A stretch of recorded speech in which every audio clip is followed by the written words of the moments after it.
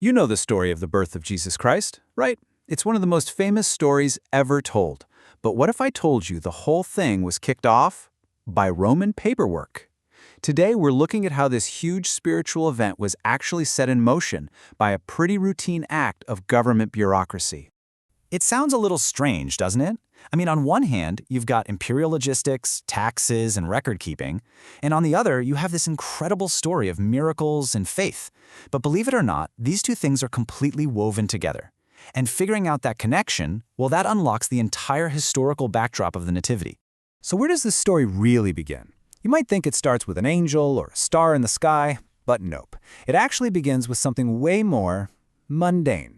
A government mandate, an official order from Rome that was about to send ripples across the entire empire and totally change the lives of a young couple in a faraway province.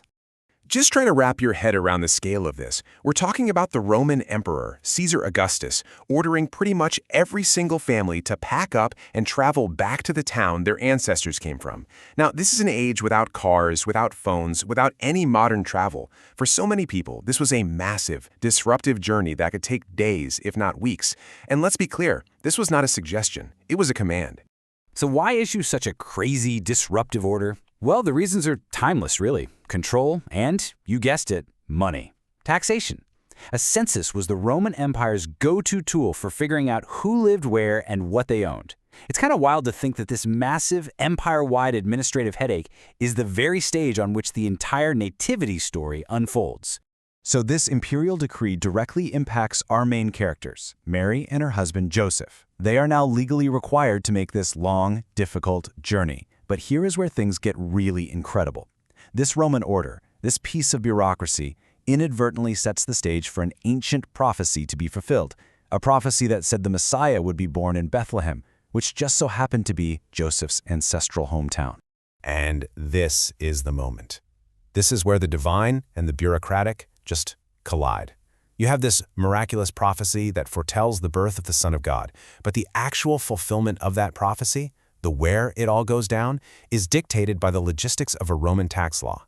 The sacred timeline, it seems, had to align perfectly with the secular one. So their journey, which was forced on them by the census, finally leads them to Bethlehem. But when they arrive, the city is in total chaos. I mean, the same decree that brought them there has brought thousands of other people too. The small town is just overflowing, and its resources are stretched to the absolute breaking point. Just imagine their situation. After that long, hard journey, with Mary about to give birth at any moment, they get to town and find there's literally no room for them. The irony is just staggering. The very census that commanded their journey is also the reason they're left out in the cold without a place to stay. In this contrast, this gets right to the heart of the story's whole message. The one who Christians believe is the King of Kings isn't born in some grand palace. He's born because his parents couldn't even find a spare room at an inn. The expectation of a royal birth is met with the humble, harsh reality of having nowhere to go. The only shelter they can find is a stable, a place for animals. And so Jesus is born in these incredibly humble surroundings, and his first bed is a manger, which is just a feeding trough for livestock. This raw, unglamorous setting is absolutely central to the story's power. Okay, so this huge, momentous birth happens in obscurity, completely away from the public eye. So, how does the world find out? Well, the story now brings in two totally different groups who become the first to hear the news, some local shepherds and a group of wise men from far away. The news kind of gets revealed in waves. First, there's a divine announcement, but it's not made to the powerful elites or the rulers. It's made to shepherds, guys who are pretty low on the social ladder.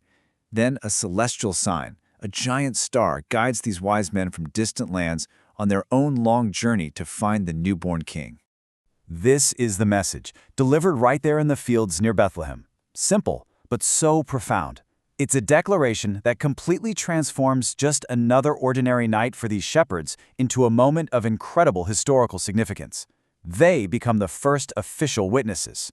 The wise men, or the magi, they show up after their own long trip, following that star, and the gifts they bring are just loaded with symbolism. They've got gold, which is a gift fit for a king. They have frankincense, an incense you'd use in worship, and they have myrrh, an oil used for embalming, which hints at his mortality.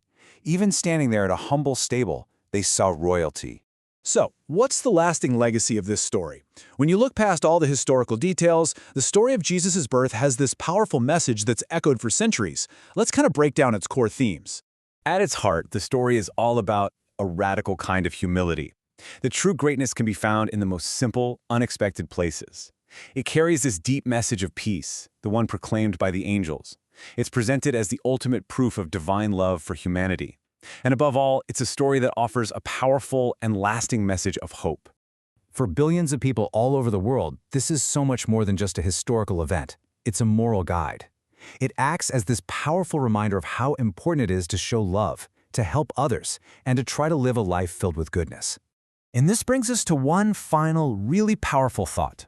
How can a story that was literally started by bureaucratic decree, a story marked by hardship and forced travel that ends with a birth in a stable, how does that story become one of the most powerful symbols of hope and love in all of human history? It's a paradox that continues to resonate with people today.